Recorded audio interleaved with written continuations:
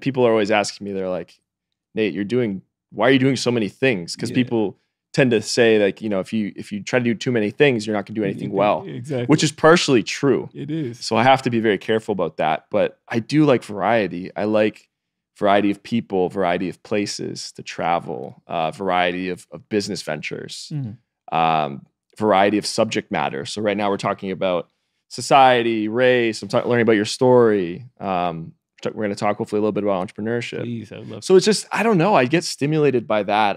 I'll tell you what I didn't like. Yes.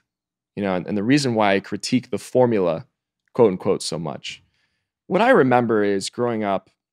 Look, I had a great upbringing, great parents, beautiful, great sister in a suburb of Toronto, Canada, middle class, not upper middle class, kind of a middle class.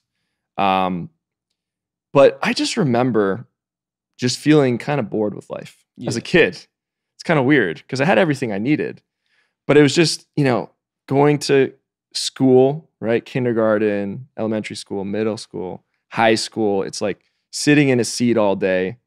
I was I guess, pretty actively minded kid. Like the subject matter in school was never super hard for me. Yeah. I was kind of getting it. The first 20 minutes of the lecture at school, I kind of got the math concept. I kind of got the English writing concept. Like, why do I have to sit here with like 30 other people and just watch this for all day?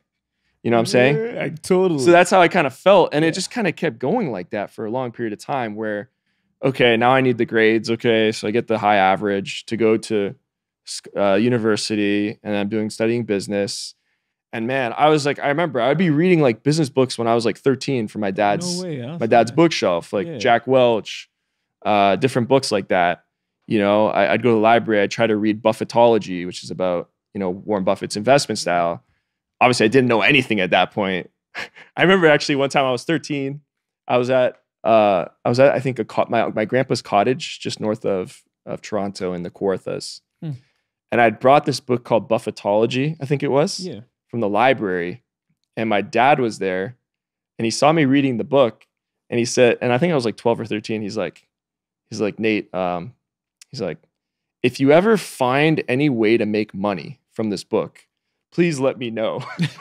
That's hilarious. That's funny. So even my dad was like, hey, this guy might be onto something. You know what I'm saying? Of course, I was so young at that time. I had no idea really the inner workings of the stock market or anything like that or companies. But I was trying to learn when I was really young.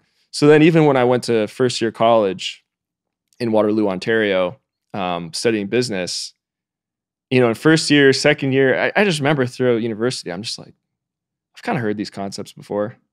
Marketing 101, accounting 101, finance. Come on, is this it? And then I started doing the internships, working at different investment banks. Like my first internship in second year was at this company called UBS Investment Bank in their Toronto office. So it was their sales and trading floor. So I was on I think it was the 39th floor of Brookfield Place. It's this big office building in Toronto, and I was there for the summer. And I was just kind of around all these stock research analysts and traders, and equity salespeople. They're on the phone. Hey, we're doing a cross of 1 million shares of Brookfield company or different mining companies. So I was kind of there, and I was like, okay, this is kind of cool. But even that, after a while, when I started working full time, I was like, this is also kind of like a formula. It's like you just got to deal with all this office politics.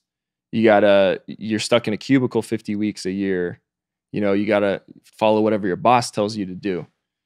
So basically, long story short, for my first kind of 20, 25 years of life, I just felt like I was like, there's got to be something more to this.